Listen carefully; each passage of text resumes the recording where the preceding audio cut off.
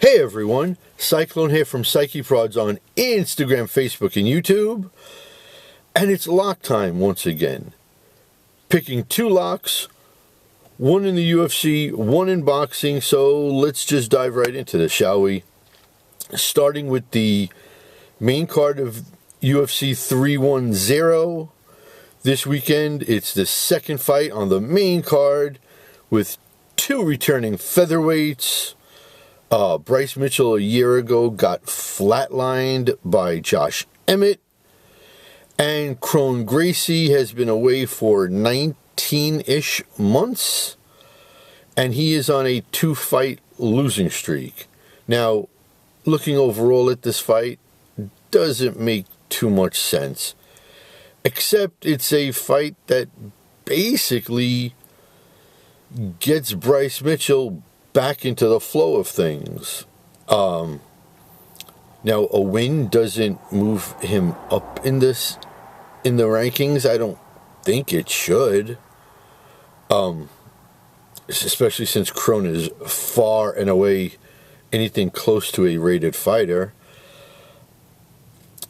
But a loss could actually push him out of the ratings, but we'll have to see how that fight plays out on Saturday and what the rankings look like next week when they come out. Now, Kron on the positive side has never been finished. Okay, he's on, like I said, two-fight losing streak. Both are decisions. He is 36 though, and his skills are starting to erode, looking at his last couple of fights. And they weren't Gracie-esque to begin with. Not that his ground game is anything horrible. I mean, better than me. But there is a far cry from the other Gracies and him, if we're being honest about things. Bryce is going to want to test himself, and it'll be, I guess you can say, a feather in his cap if he can bring a Gracie to the ground and submit him on the mat. Yeah, but that could be a foolish mistake. You know, you don't want to ever tempt fate, as they say. He is still a Gracie after all. Now, on the feet, Bryce is pretty defensively sound. I mean, outside of Josh Emmett flatlining him. He eats under 2 shots a minute. And Kron absorbs 7 strikes a minute, which is a lot. Does Bryce throw high volume striking? No. And I think it would be smart if that's what his camp was, since his ground game is solid enough, to work on throwing lots and lots of strikes, especially since he's in there with an opponent that eats lots of strikes. And that's interesting because Kron still does train with the Diaz Army. Both Nick and Nate train with him, so you would think maybe some of that would rub off on him. Then again, you'd think some of the Gracie style would rub off on him too, but not really. Bryce does throw a nice check hook in close. That'll have to be seen if he uses that in his arsenal on Saturday night. Kron, despite all those shots he takes, does have a rock of a chin. So I don't know if Bryce has the dynamite that can drop him. Now, the one thing Bryce is definitely going to have to look out for is along the cage getting tripped, because that's where most of Kron's takedowns come from. It's not out in open space. It's along the cage, you know, behind the black line to the fence. I think Bryce can actually go the distance with Kron. I can't see him finishing him. I really can't. I think it'll go to the scorecards. I think Bryce can get the decision. And it'll be interesting to see if he makes a call out after a win. Maybe Calvin Kattar? That might be a fun second fight back. But yeah, lock number 1, Bryce Mitchell over Kron Gracie. Now, there are 5, count them, 1, 2, 3, 4, and 5 boxing cards. And my lock in boxing comes from Top Rank, also in the featherweight division.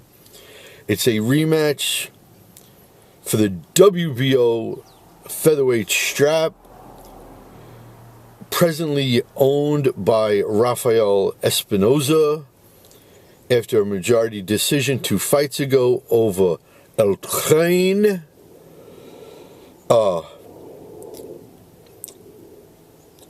Robeisy Ramirez.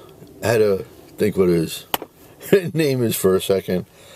Now the champ does have a 6-inch reach, which he had a little problem getting inside that reach the first time out.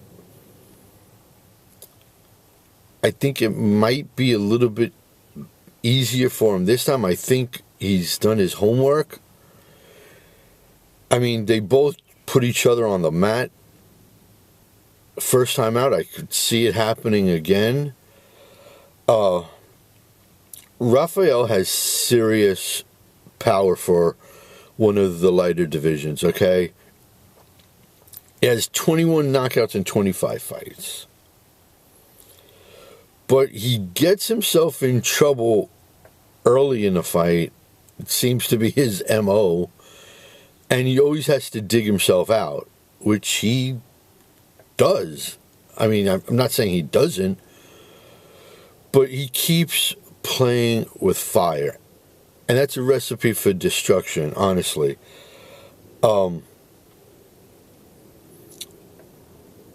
He comes forward.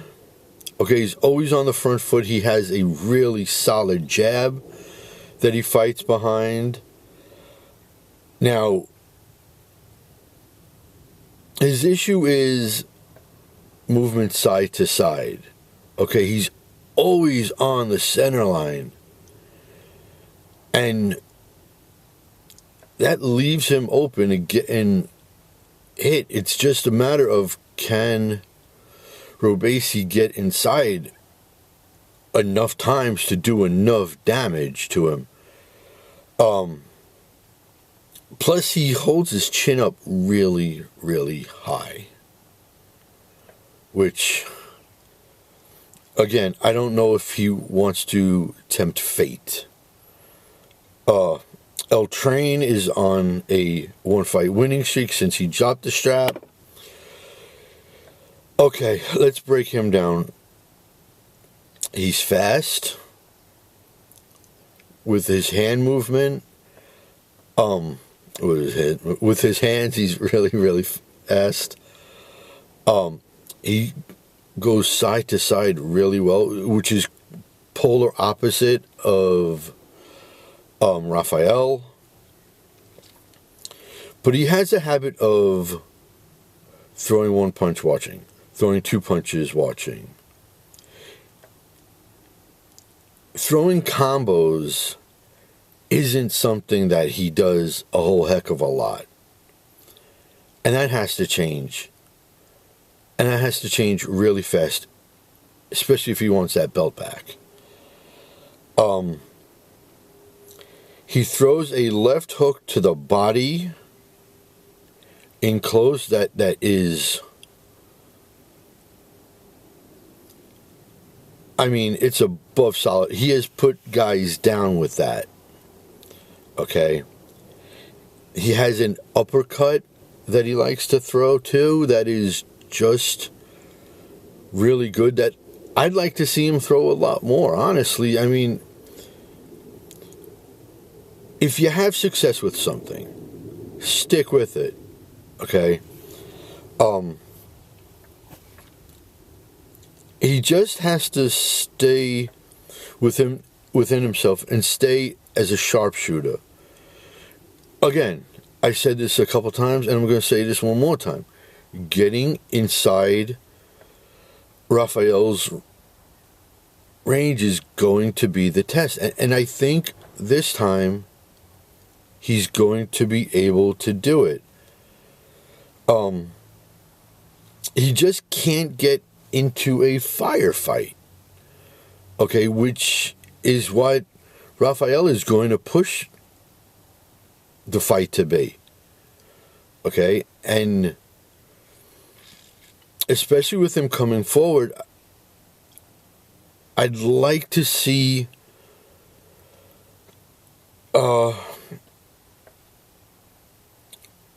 Robeisy, I don't know, feint some more and just come in on a full blitz, okay, which is something opposite of him doing normally. But I think he can do that. I think that's going to be his game plan. I think it's going to be 10th, 11th round stoppage. And it's going to be an new. I think he gets his title back. I think he takes Rafael's O from him in the process. I think the loss to him taught him some lessons about himself. And maybe within the calendar year, this time, 1 year from now, 365 days, we see a nice firework type scrap in Top Rank for the strap between him and my man Bruce Shoo Shoo Carrington. We'll have to see about that. So guys, those are your locks. Bryce Mitchell, decision win over Kron Gracie. And new, Robeisy Ramirez over Rafael Espinoza for the WBO featherweight strap. So, please, ladies and gentlemen, like this video, share it out, and punch that subscribe button. Helps me out so much, and it costs you nothing. Now, I guess until the next video, you got a bunch of card videos already taped. Just going to stop pumping those out every Sunday. So until then, Cyclone from CYCIEprodz, Instagram, Facebook, and YouTube. Check out the description box below. Check the videos that are up above. And until next time, Cyclone saying, peace out, homies. Sorry, it's shaking.